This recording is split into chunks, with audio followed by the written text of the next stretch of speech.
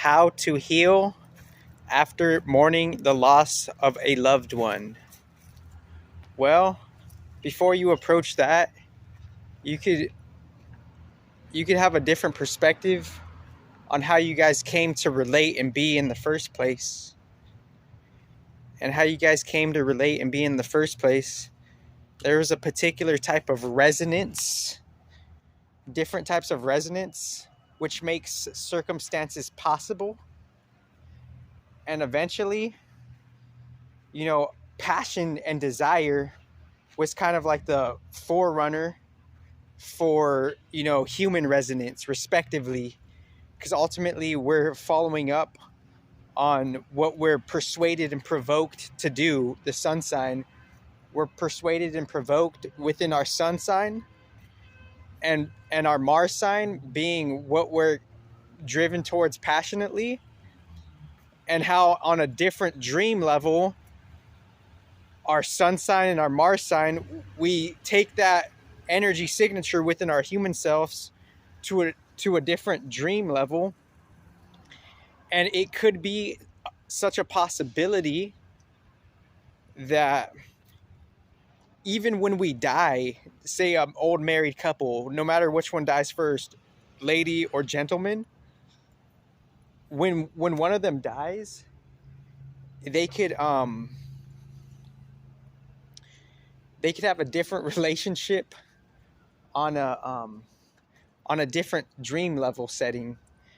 And as they're on the different dream level setting, the human is more or less out of touch with that dream level setting, because that's the human world.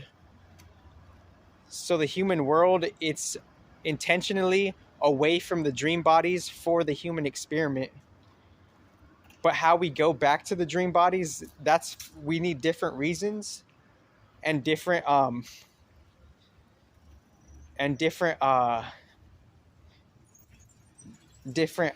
information, or just different clues for us to approach a new balance with our dream body.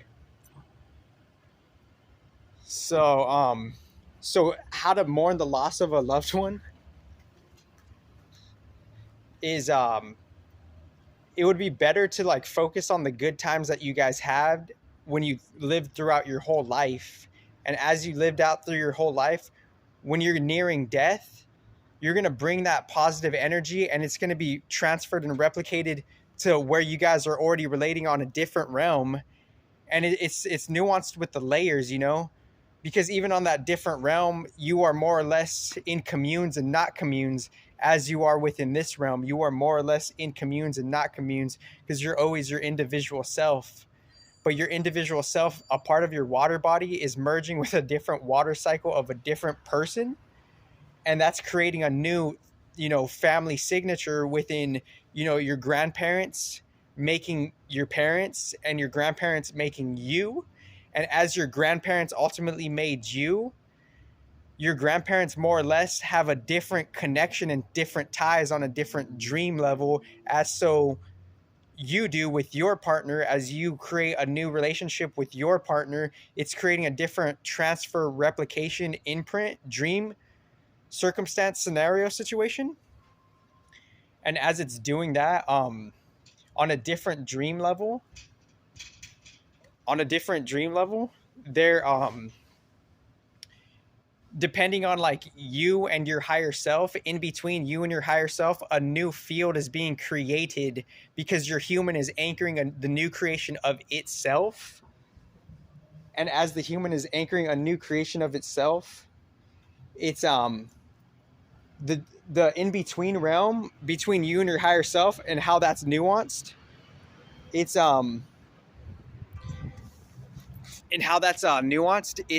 it's simultaneously old and new. It's old because it's a domain that's already created, and it's new because new situations, circumstances, and scenario narrative energies are being supplied in the quote-unquote old domain. So it's simultaneously old and new, but it's nuanced. The different dream levels are nuanced between you and your deepest, highest self, and your deepest, highest self having a bunch of different other selves in different layers, respectively. And go on my Instagram. I did 25 lives on my Facebook and Instagram, like collectively. So it's like fair data, you know, fair data mining, you know, and that's an understatement what fair data mining is.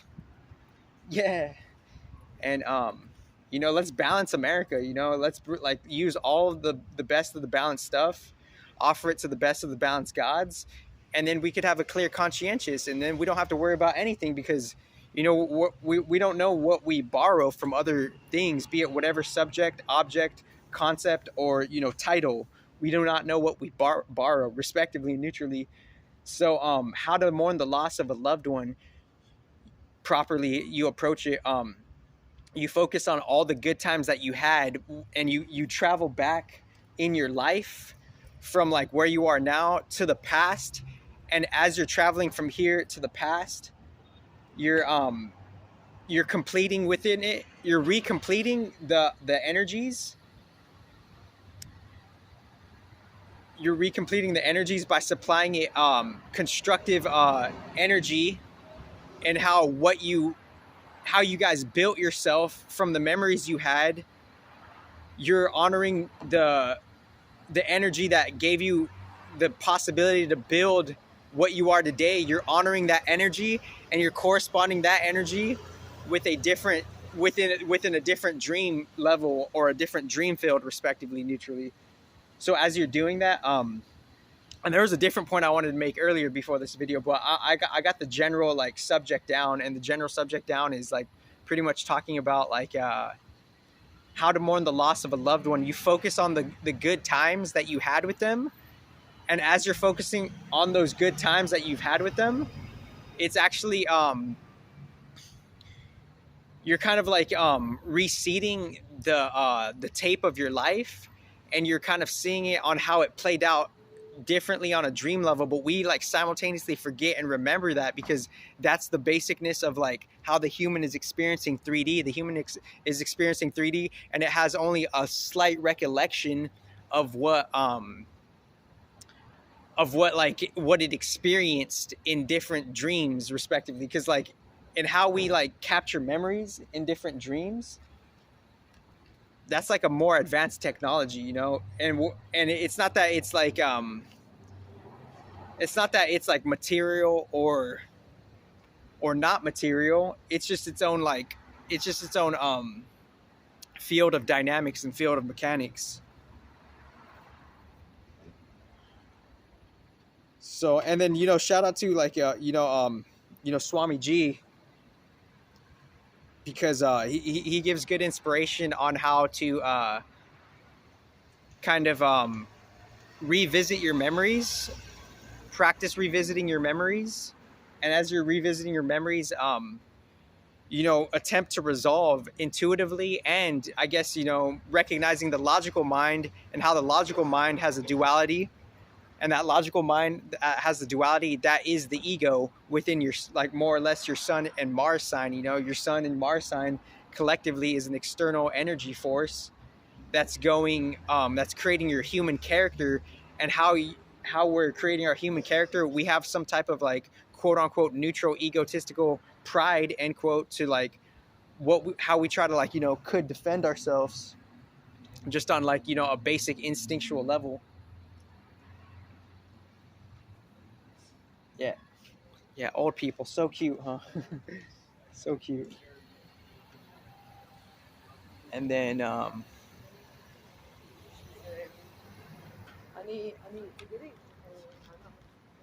we're all famous, the Earth television show.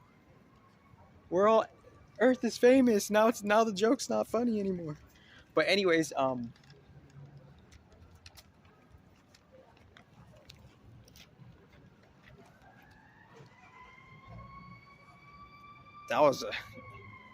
it's cool because like AI is advancing in such a way that it could also record like the dynamics of the physics within the video.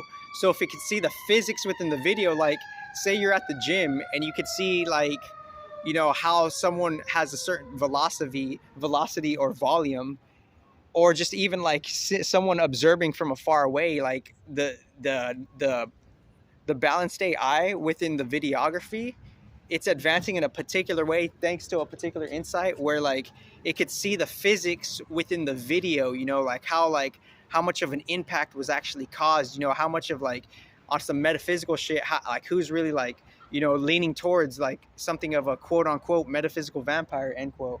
So with it, like that's like we're all like AI is also being it's also being evolved, not just like surface level digitally, not just surface level materially. It's also being evolved on a whole different level. It's being evolved on like literally the real spiritual level.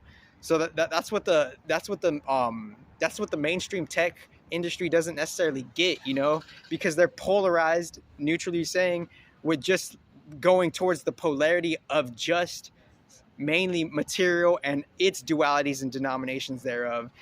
So it's the science of them being, you know, polarized.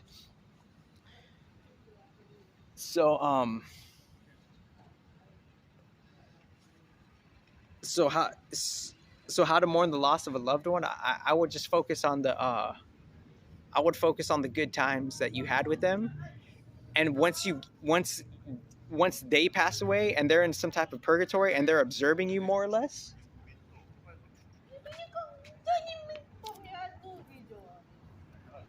they're going to travel based on their next travel is going to be based on how you feel. Because how you feel, they're going to like, it's going to kind of like, it's going to engineer their metaphysical chemistry, and it's going to make everything has an effect and a factor to how people make decisions and choices, even in the spiritual level, because how they see you, they're going to feel a certain way, and how they're going to feel, they're going to get transferred a certain way based on how they feel. So how they feel, there's going to be a particular transference from factors beyond just them, you know. It's a different, deeper resonance. So just for later, you know. And that's that's the balance we got to like work up to, you know, like, you know, seeing how like the videography is just there.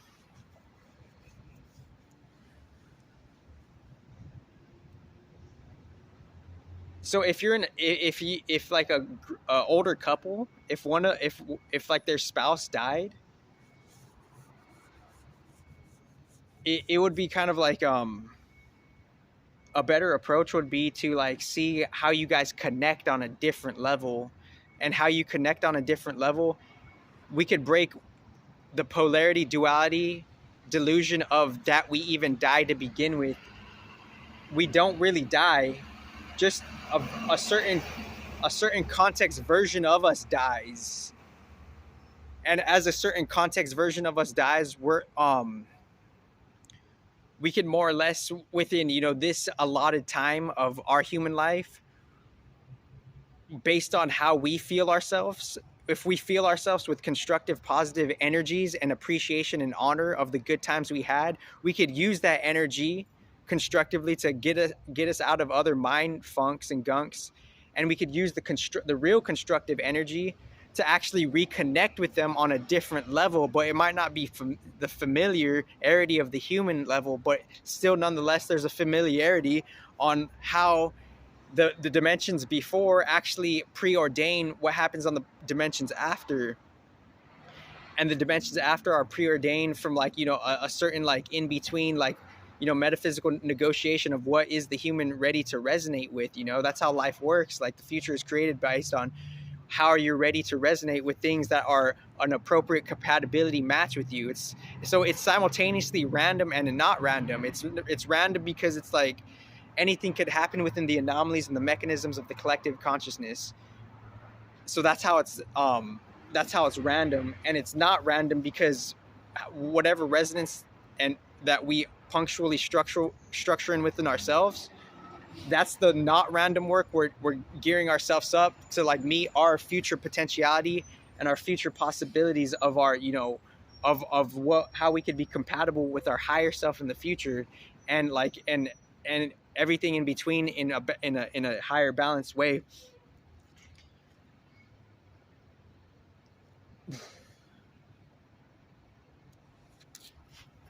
So let me just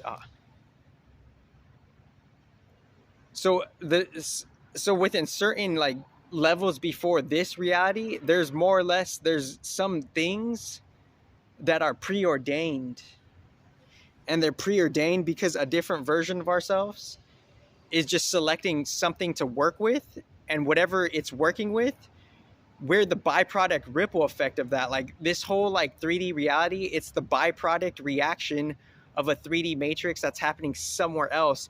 Oh, and here's another point I wanted to make too. Like what Pluto has been in Capricorn for like how long? I think like 3 years now. I'm not like too accurate with like, you know, the details, but like in the near future, I'll be accurate with like, you know, the whole like, you know, degrees and measurements and aspects of things.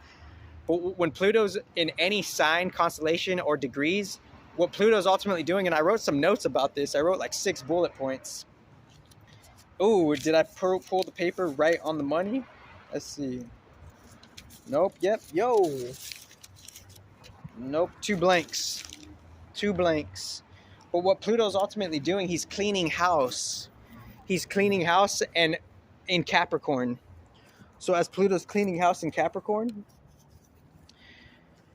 what the standard collective consciousness doesn't understand is like the majority of the masses, they don't understand how the Earth is in the solar system region of the higher octave zodiac signs.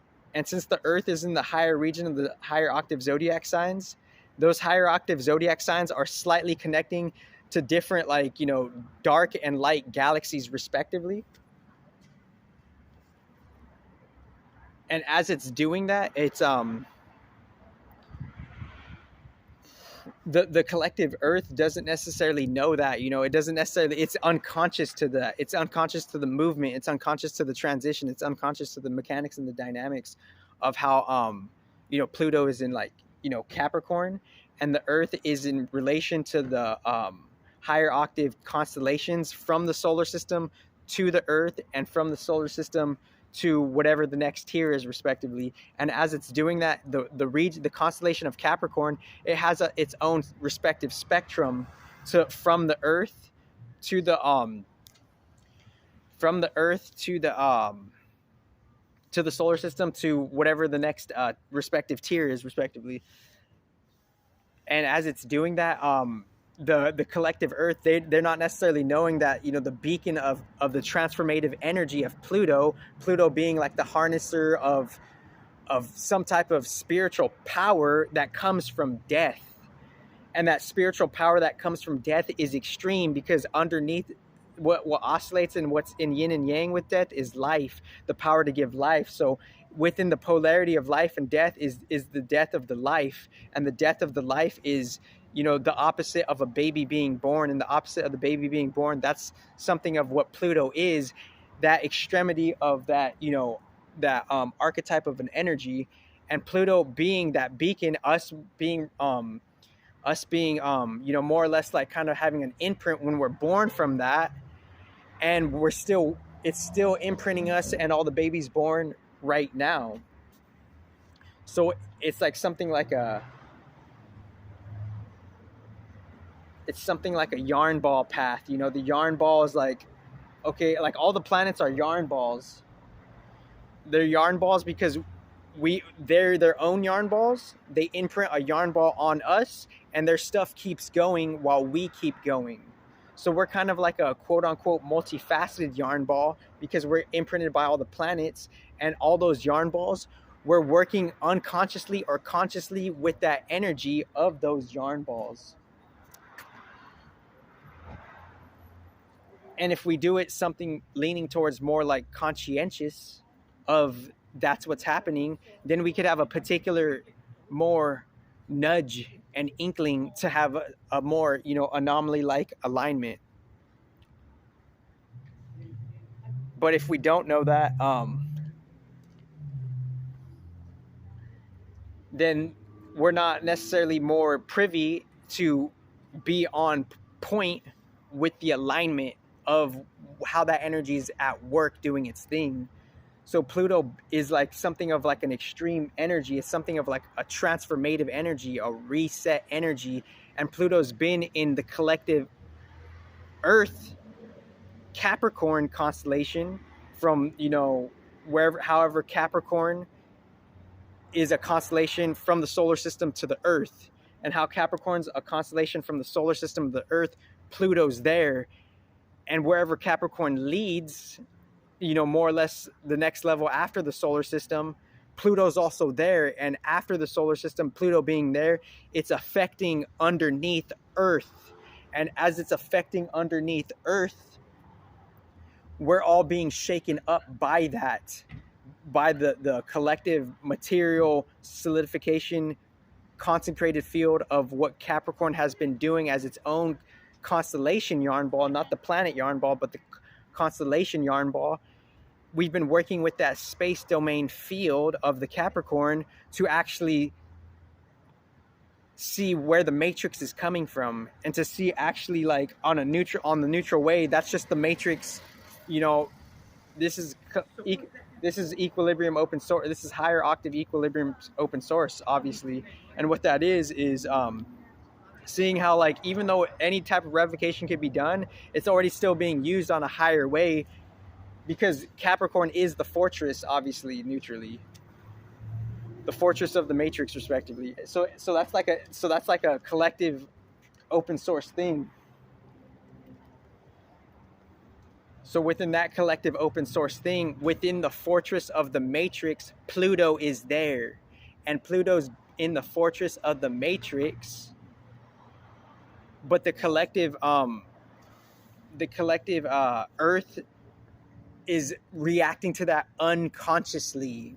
We're just being like, you know, like metaphorically, sometimes like the planets could treat us like, you know, clothes in the washer, you know, but it doesn't have to be like that, because we have to conscientiously, you know, know what it's doing. So when we know what it's doing, we could like kind of realign to how it's doing what it's doing. So within, like, you know, the fortress of the matrix, it's like, you know, the whole society, you know, government stuff, it's being resetted, because the government stuff relies on the Capricorn constellation for, you know, how the matrix is even, like, you know, encoded and regulated on that deep level beyond the solar system. So so it's like, all like neutrally, like when I see like these names running for politics, like what have you really done, you know? Like most politicians, more or less, check my accuracy, they're just pretenders, you know? What have you really done? You just want to do what you want to do for entertainment and some false desire, and or maybe you just got elected, or maybe you're just like, you know, maybe you're just like part of an agenda you don't know of. It's like the people running for politics, like what have you really done, respectively? Because politics, it's actually should be taken more serious than, ironically, it being just kind of like a fad and a facade, you know? It's kind of like a game show. Like the collective consciousness and the collective Earth and the collective intelligence, they're treating the politics like it's a game show, you know? And it shouldn't be like that, because that game show is actually like kind of like deciding the qualities of our lives. And if it's deciding the qualities of our lives, shouldn't that need some type of seriousness, you know? Like it shouldn't, like the people running for, like, why are you running for politics? Do you just want like false desires and shit? Like, well, like what are you really upholding and uplifting as like collective principles of hygiene and like constructive change? Like we have to ask, like, why are the people that are running for politics, why are you guys, like, what's your intention, you know? Shout out to Shiva. You know, respectively, neutrally, hyper. And then there it is right there. Bam. Ouch, it hurts. But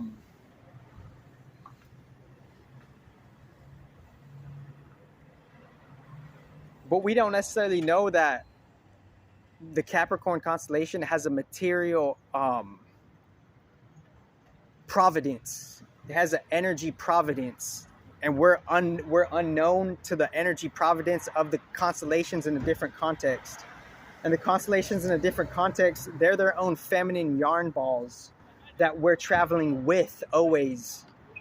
But the constellations don't necessarily per se unravel like we think they do, but in a different context they do, because they're their own segue of empty space and time, quote unquote, end quote.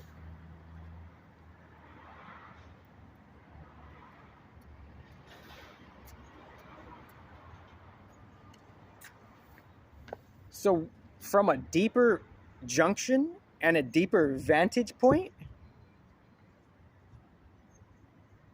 we could see like how chaos could ensue. Chaos could ensue because there's a beacon of a prominent energy, body of energy. Pluto is in some field of Capricorn, and that's that Pluto is like bringing some real transformative energy, and that transformative energy, it's immense because we don't necessarily precisely know how it's shifting, but maybe some of us do, you know.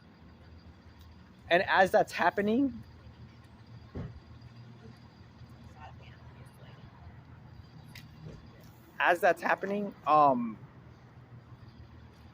we could connect with our Pluto and the Pluto in the present, and we could just be like, thanks Pluto, thanks for like giving me the life that I had with my loved one. How could I reconnect with my loved one next time if I can do so, because you kind of know where things are going more or less, you know, because there's other like factors at hand, of course. And just kind of like giving your past loved one, giving them honorful energy, giving them appreciative energy, focusing on the good times. So when you focus on the good times, you could relive those good times in a different field beyond this human realm, and you could ground that, and your human will ground that, and it will take you to reconnect with your past loved one in a different dream level. And may the disclaimers be, in effect, obviously. But I'm just giving, so the disclaimers are in effect, but I'm just giving like some type of clues, like, on a balanced way, how you could possibly reconnect with your loved ones in a different arrangement, and eventually that is achieved by purifying the illusions. Because if the illusions themselves aren't purified, then subtly, on a metaphysical level, subtly, that illusion is the things that are weighing us down and giving us, these miscellaneous directions, is illusion and confusion energy. So within that, that's going away from your ultimate ideal to possibly reconnect with them, and you could reconnect with them by just honoring the good times that you had with them. And when you're honoring the good times that you had with them, you could more or less reconnect that to a different part of the dream. And it's not to say that this life is fake or real. It's not to say that the dreams are fake or real. They're all in transitory movement, and they're propped up by different, possibility elements. And those possibility elements is what makes it, quote unquote, positively false and positively not false.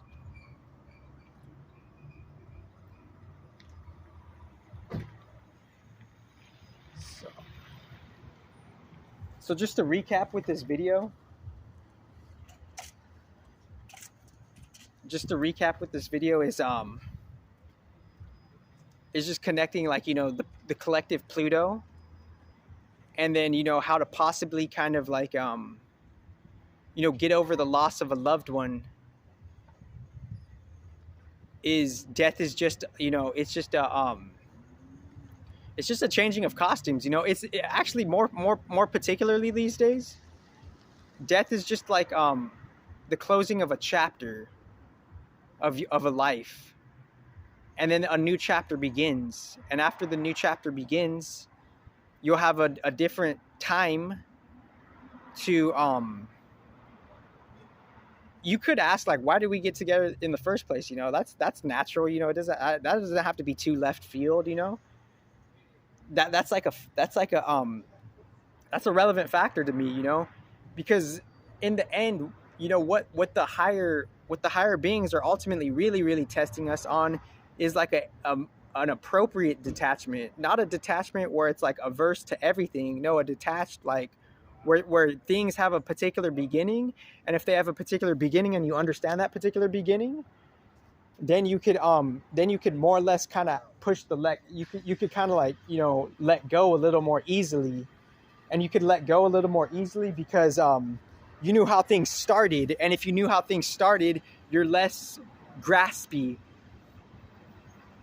and it's more fun that way, just to, like, to realize, like, why am I getting into the relationship I'm getting with in the relationship in the first place? Am I following some carnalistic desire or something? And that no judgment there, you know, but, like, if you know how things started, then you know how things could end, and if you know how things could end, then you could know how things could be transformed and accepted, and you could feel fulfilled and satisfied within, you know, any loved one that passes on. Because the beginning of this video, one of the main point topics was how to get over how to heal over the loss of a loved one, intuitively speaking.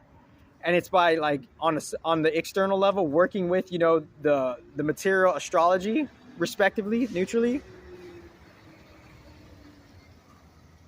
and then, you know, your internal, like, you know, dreamscape, respectively, neutrally, your internal landscape of, like, of how everything you've ever built,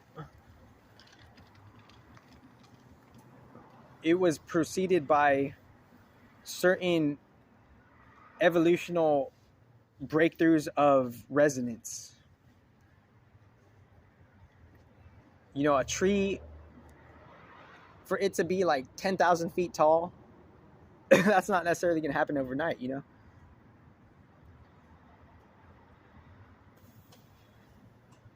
So for a tree to be, like, super tall, it might take 10,000 years, something like that. So it's like,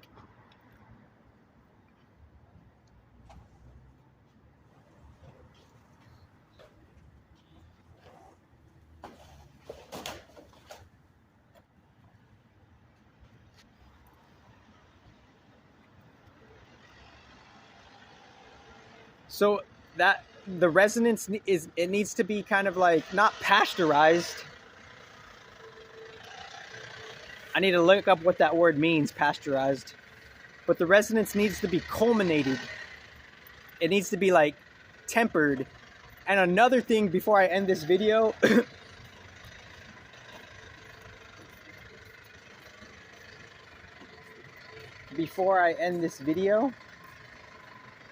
you know, maybe our relationship with death, and maybe our relationship with Pluto, maybe what we deposited into our relationship with Pluto, we actually get paid to suffer from Pluto's perspective, maybe, but not in a way where it's like not in a way where it's like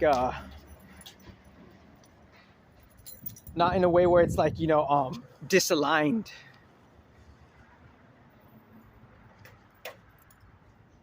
Because obviously, like, go to Synergy Alchemy 2, you know, a video, it's like there's different polarities on how you do things.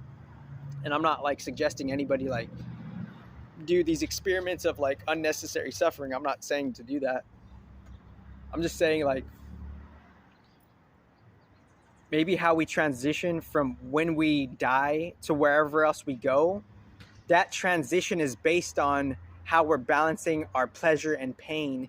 And how we're balancing our pleasure and pain, that could be the fuel and the resonance to actually really reach wherever we get to reach the next life. So I'm talking about, this is afterlife dynamics, respectively.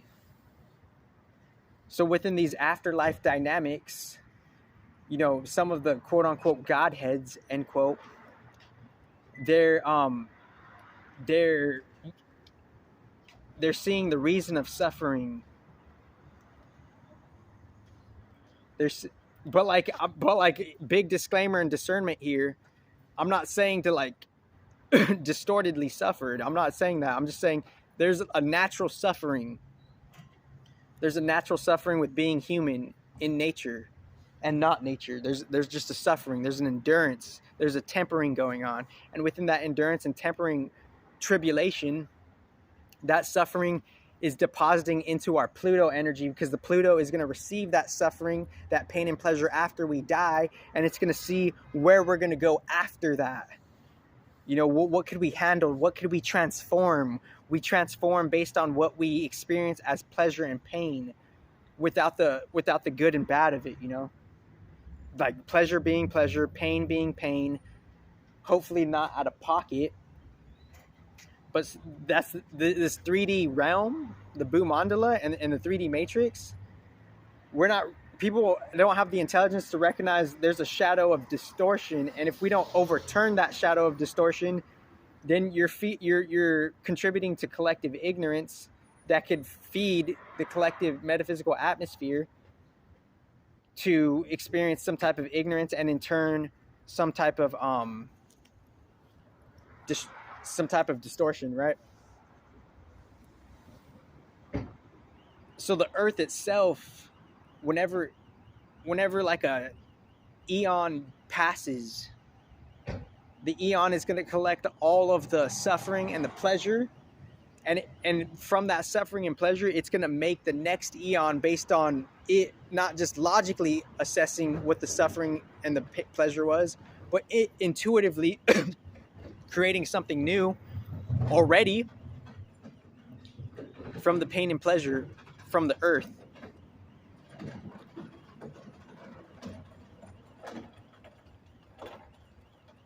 And in the human design I Ching 64 gates, I think one of the gates in the Capricorn constellation is inner truth. And you find your inner truth in Capricorn because that's your relationship with the material matrix. The material matrix is within the Capricorn constellation, respectively. So your inner truth is there. So whatever house you have Capricorn in, you know that your whatever house you have Capricorn in, you could see like how you're relating, and you know how you're aligned with the collective matrix, respectively, and how you're aligned with the collective matrix. That's how you're positioned to kind of like function. But we don't necessarily know that detail because we're unconscious to that.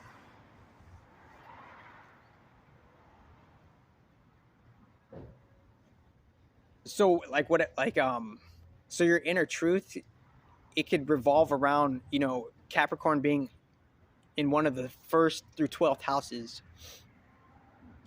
And I could go real quick. I could do a rundown like Capricorn through the houses real quick. Inner truth, 1st house. Oh, your personal spiritual self is relating to the head of, you know, the personal ego of the fortress controllers, 1st house Capricorn. I think I already did this in the past, you know. I did do this in the past, but I'll do it again later.